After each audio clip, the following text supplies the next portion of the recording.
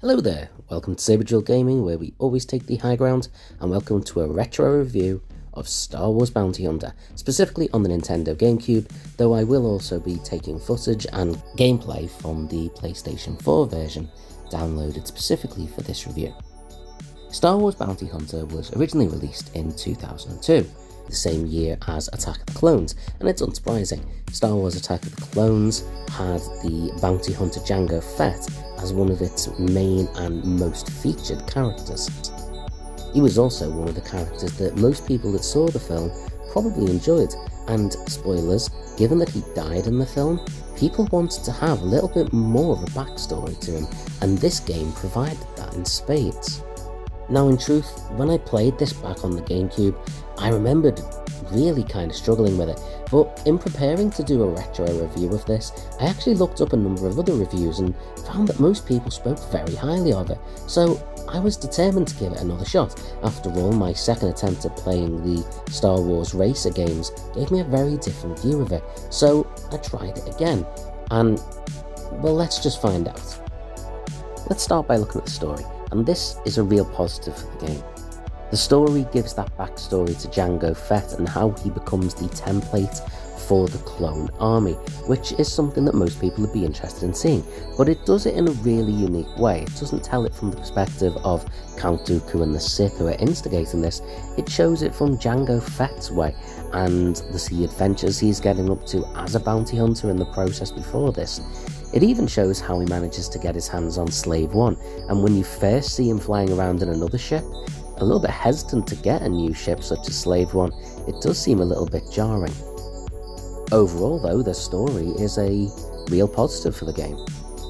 The locations the game chooses are on the whole pretty good too, whilst the initial level is kinda grim and depressing looking. Going to places like Malastare, Tatooine and Coruscant are the kind of locations we really want to see in a Star Wars game. So these are all real positives, and I'll be honest, the graphics for some of these locations are pretty strong. It also has to be said that whilst third-person shooters were something that was tried a lot at this time, it wasn't something that was often very successful. Maybe the games weren't caught up with this style yet, but for some reason it often didn't work. This game tries really hard to make this work, but for some reason there's something about it that doesn't quite fit. It's not the graphics, it's not the style of game, it's the controls. And I'm sorry, despite watching multiple people being really positive about this game, this is where, for me, Star Wars Bounty Hunter massively falls down. I didn't feel like I was playing the game casually. I felt like even just recording footage for this game, I was doing it in spite of the controls doing everything they could to stop me playing. Don't get me wrong, I understand that not all games are ones where you can know exactly what to do right from the get-go, but controls by their nature should still be intuitive. These weren't, they were quite the opposite, and it's a shame because graphically there were some really cool moments. Granted, some of the bits could seem a little bit grim, but it still looked like a world I really wanted to get into and wanted to explore. But I actually developed headaches from the camera spinning around, desperately trying to keep up with where I was trying to look. It was nightmarish. And I'd love to say this is just the PlayStation 4 port, but it isn't. The reality is, this took me back to exactly why I struggled with the game in the first place back on the GameCube.